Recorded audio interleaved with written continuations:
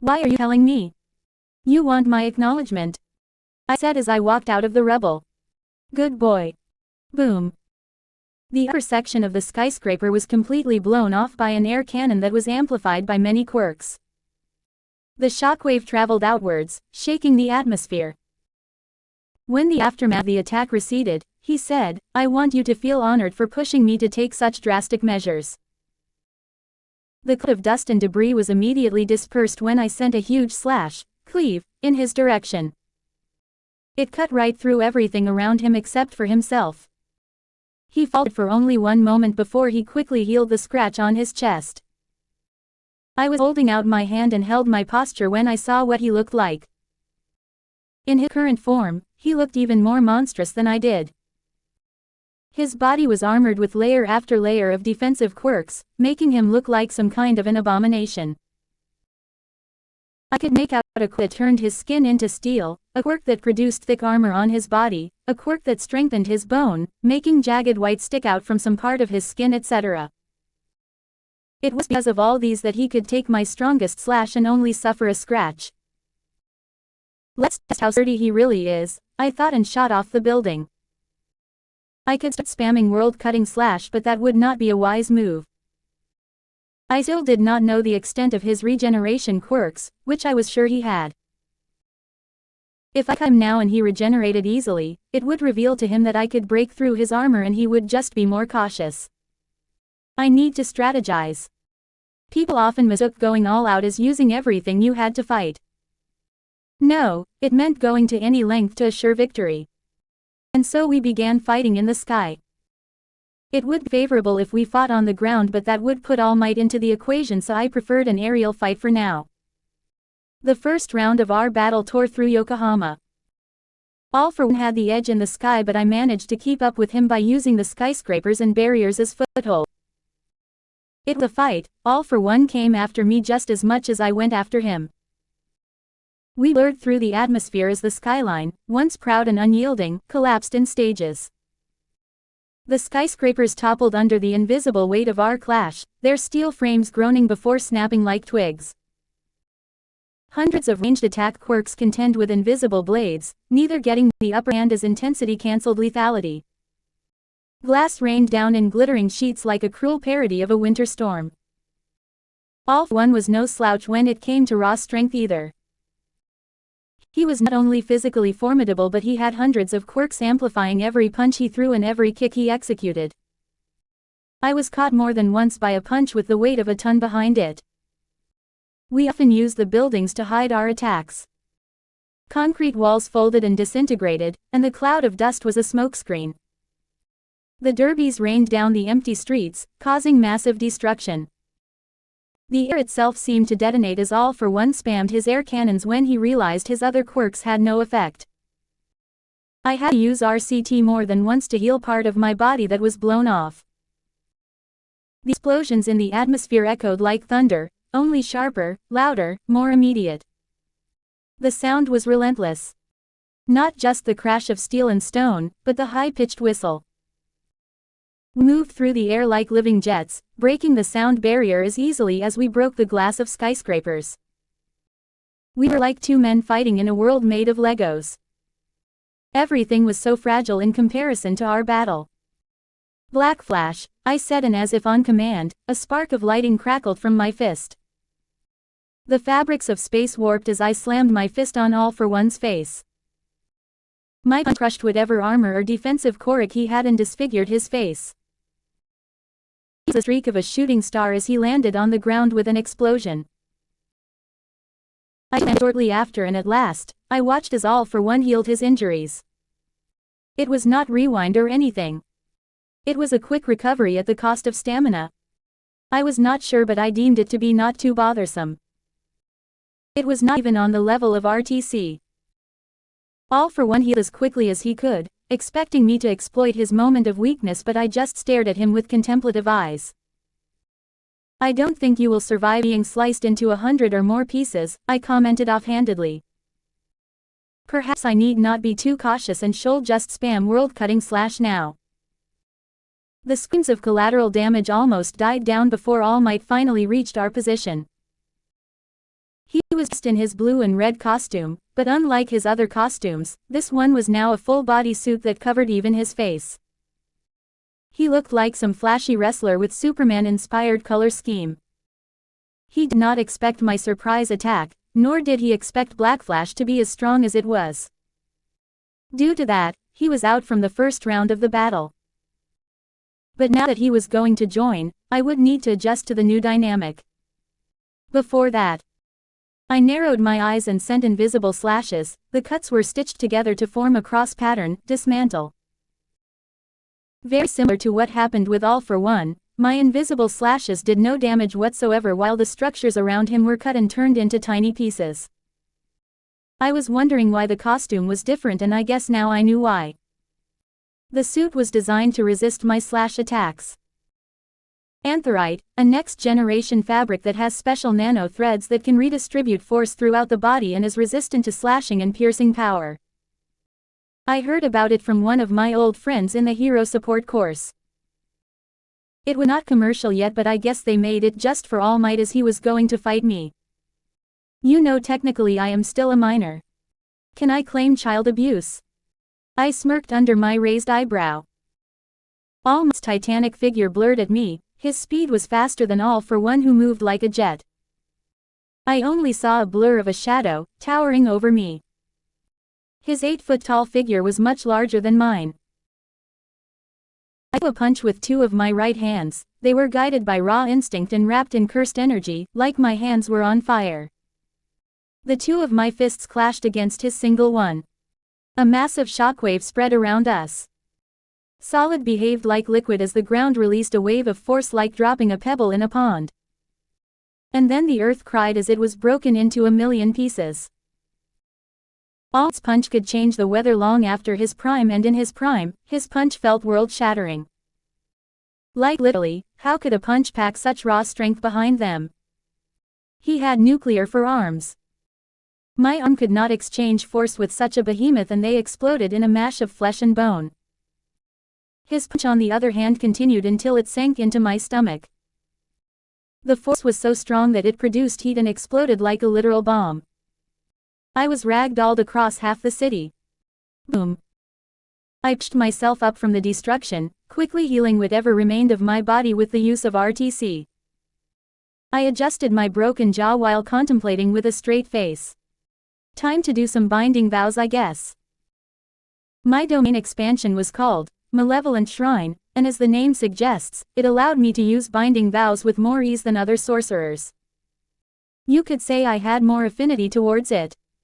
After all, a shrine was where you make vows to gods. You could say it was a passive effect of my domain expansion. And so I changed the nature of my cursed technique, Cleave and Dismodel. Cleave allowed me to send a powerful, invisible slash at my enemy. It had a limit to how strong it was, and you could not change the slash. Dismantle, a weaker version of Cleave but more flexible. I could send more than one slash at once and even stitch them into patterns, for example in a cobweb or chess pattern. This allowed me to literally dismantle things into pieces. For this reason, I used Dismantle on objects. It was weaker but still strong enough to cut through things. I used Cleave on humans as it was stronger, and most people die with one slash anyway without needing multiple. That was the original nature of my technique. But I changed that into a familiar one. Dismantle remained the same for the most part while I changed Cleave. In exchange for it being a projectile, I increased the upper limit of Cleave as much as possible. Almost to the point that as long as I put more cursed energy, I could cut through anything. I would need to touch my target for Cleave to work from now on. I also added the condition that Cleave would adjust automatically to the toughness of my target.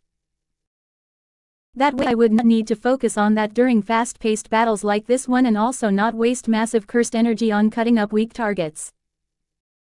It was exactly the same condition as Sukuna put on his cursed technique in JJK. He did that when curses were not his only enemy anymore and he needed to fight against other sorcerers more efficiently. The moment I was done with my binding vow, All Might all but blitzed towards me with AFO coming right after him.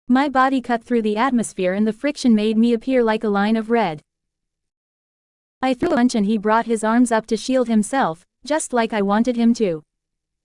I took full advantage of my forearms and grabbed his wrists. I used cleave to cut his arms at the elbow and rip them off, opening his guard. I slammed my punch at his head. It was disappointing that it did not result in a backflash, but my raw strength and momentum were enough to cave the earth as I buried him to the ground. Boom. You are awfully slippery, I said as the cloud of dust settled. There was no one on the ground as AFO ran away with some earth quirk that allowed him to move underground. I could feel him still, as he made his way to All Might. I was about to follow him, but something else caught my whole attention. My instincts screamed at me and I threw the bisected hands away. A second later the pieces of flesh shone in yellow light before they exploded. The heat alone liquefied steel instantly and the shockwave destroyed everything in its vicinity. A core that could turn his body parts into bombs. Versatile too. He mentioned at the start how he only accumulated combat-oriented quirks to prepare for me and that I should feel honored because of it. I thought it was just him being arrogant, but it was a way to give me the wrong information, it seems. Mind games. So annoying when others do it too. Someone came at me. It was fast as a bullet. I repositioned myself to stand sideways and a large object flew right past me. It was a car moving at the speed of a bullet. Oh. I did a backflip and started running as other projectiles came my way. Most of them were cars, but sometimes they were rubble of concrete of the same size. They shot at me like bullets coming from a machine gun. I maneuvered myself behind a tall building as a cover, but that was what they wanted. AFO immediately used the building as a cover too and charged right through it for a surprise attack. His armored body was covered in a streak of lightning as he blitzed past me, barely missing. Had I not moved away in time, my body would have splattered in a spray of gore. I quickly tapped him with my hand as he blitzed past me. That was enough to activate cleave as his leg got cut up. He planted his remaining feet on the ground and forcefully slid to a stop, leaving a deep line of ruin behind him. I moved to approach him, but a huge truck flung at me, so I stopped. All Might came beside AFO. His slashes are not strong enough to cut us from long range. It's when he touches you that his slash gets stronger, AFO said while healing his arms and foot. Even if you attack, make sure the contact duration is as short as possible and do not wrestle or grab him, AFO said. A glove should solve the issue when you hit him. I understand, All Might said with a hardened voice. On the other hand, I clicked my tongue. Was it information gathering quirk? Maybe a quirk that could analyze power, or perhaps an intelligence quirk. This is why I had to fight him carefully and only attack with my trump card when I was sure it would kill him instantly. If he survived, it gets a whole lot harder to kill him again. I took a fighting stance, my body burned with invisible curse energy that was heavy enough to dent the ground under me. My four fists were coated with a layer of potent cursed energy. I was prepared to engage All Might. At least if we fought, AFO couldn't spam his ranged attacks. I would never have engaged in close combat with All Might had it not been for the fact that he lost one of his arms. With his handicap, I was at least confident to be able to trade blows with him. My lips twisted into a grin as All Might launched himself forward, the ground beneath his feet cratering from the sheer force of his leap.